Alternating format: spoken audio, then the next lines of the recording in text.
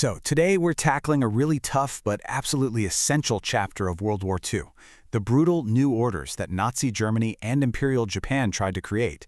In this explainer, we're going to unpack how these ideologies led to this incredible level of control, exploitation, and ultimately the systematic murder that we now call the Holocaust.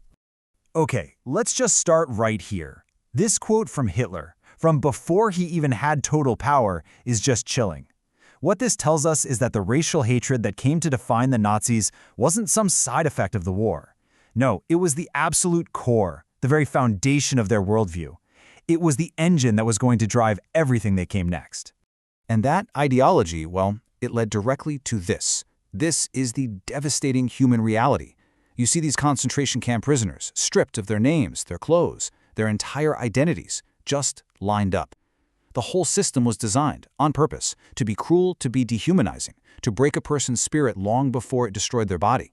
This is what that abstract hate from Hitler's quote actually looks like. So, to really get a grip on how this all happened, we're going to break this explainer down into three main parts. First up, we'll look at the Nazi New Order in Europe. Then, we'll do a deep dive into the Holocaust itself. And finally, we'll shift over to Asia and look at Japan's version of a new order. All right, let's kick things off with part one. The Nazi New Order, and the massive structures of control they built.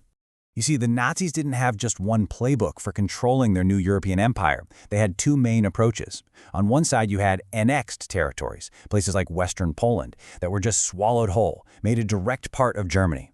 Then you had the occupied territories, which were run by German officials, but often with the help of locals who chose to collaborate. And why does this matter? Because that distinction decided just how quickly and brutally the Nazi racial policies were going to be enforced.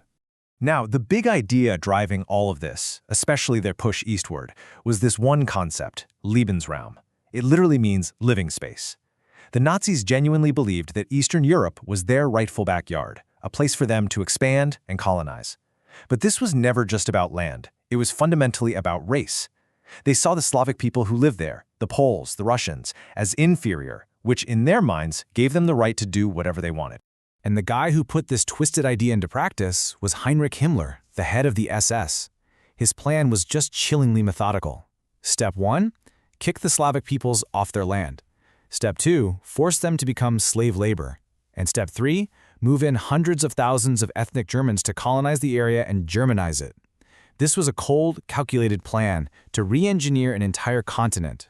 And the sheer scale of this is just staggering. By 1944, you're looking at 7 million Europeans forced to work in Germany, making up about 20% of their entire labor force. And millions more were forced to work as slave labor in their own countries. This not only fueled the German war machine, but it gutted the economies of the countries they occupied and, not surprisingly, started to fuel a lot of resistance.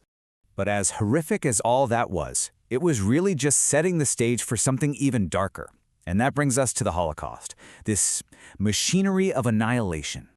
You know, the name the Nazis gave their goal is just bone-chillingly sterile.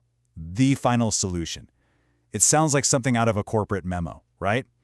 But what it really meant was the systematic, deliberate, industrialized genocide of the Jewish people. And Himmler's SS was put in charge of making it happen. It's terrifying how that bureaucratic language was used to mask an unimaginable horror. In the beginning, the genocide wasn't happening in giant camps. It was mobile.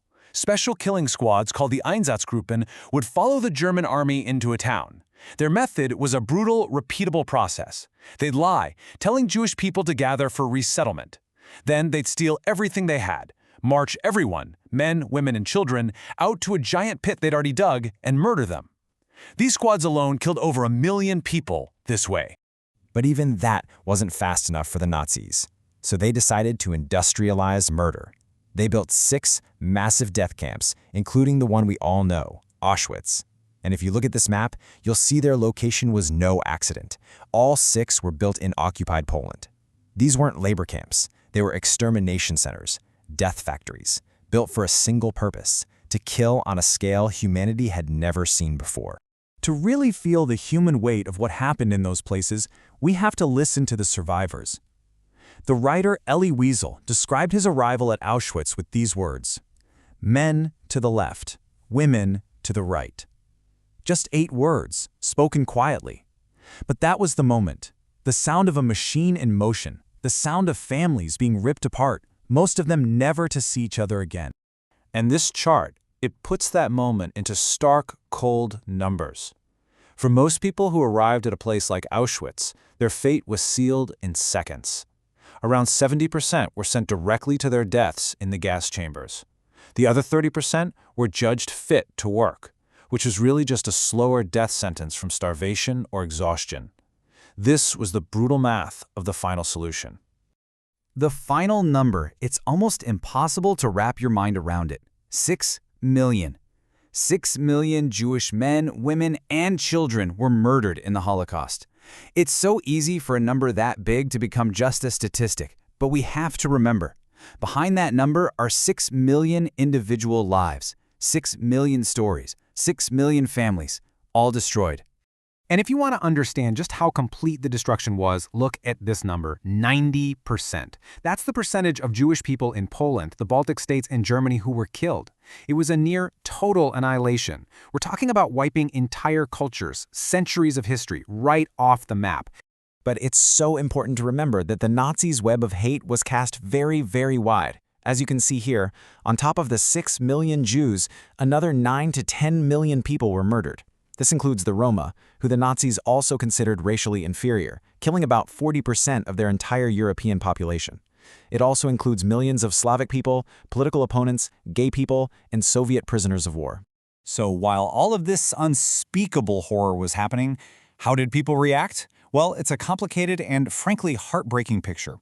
You have these incredible stories of bravery. The entire nation of Denmark, for example, worked together to save almost all of its Jewish citizens. But sadly, that was the exception. For every hero, there were many, many more people who actively collaborated or just chose to look the other way.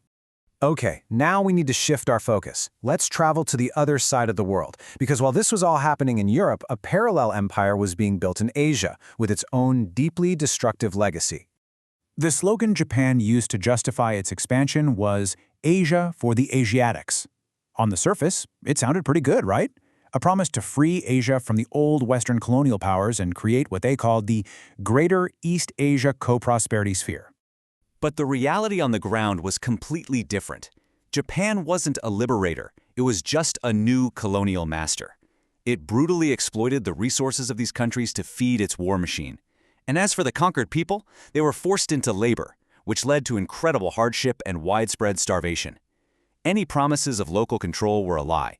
The Japanese military held all the power. One of the most horrific parts of the Japanese occupation was the system of so-called comfort women. Tens of thousands of women, most of them from Korea and China, were forcibly taken from their homes to serve as sexual slaves for the Japanese army. It's a brutal, painful example of the total contempt the occupying forces had for the people they conquered. And the wounds from this period are still very raw today. I mean, think about this. It took until 2015 for Japan and South Korea to reach an agreement where Japan finally gave a formal apology and offered this amount, $8.3 million, to support the handful of survivors who are still alive. It just shows you how long and painful the road to acknowledging these things can be. And all of this leads us to our final slide, and really the most critical question we can ask. Looking back at all this history, what are the warning signs? At what point does a nation's political rhetoric and its actions start to cross the line into dehumanization and persecution? Because reflecting on this isn't just about understanding the past, it's about protecting the future.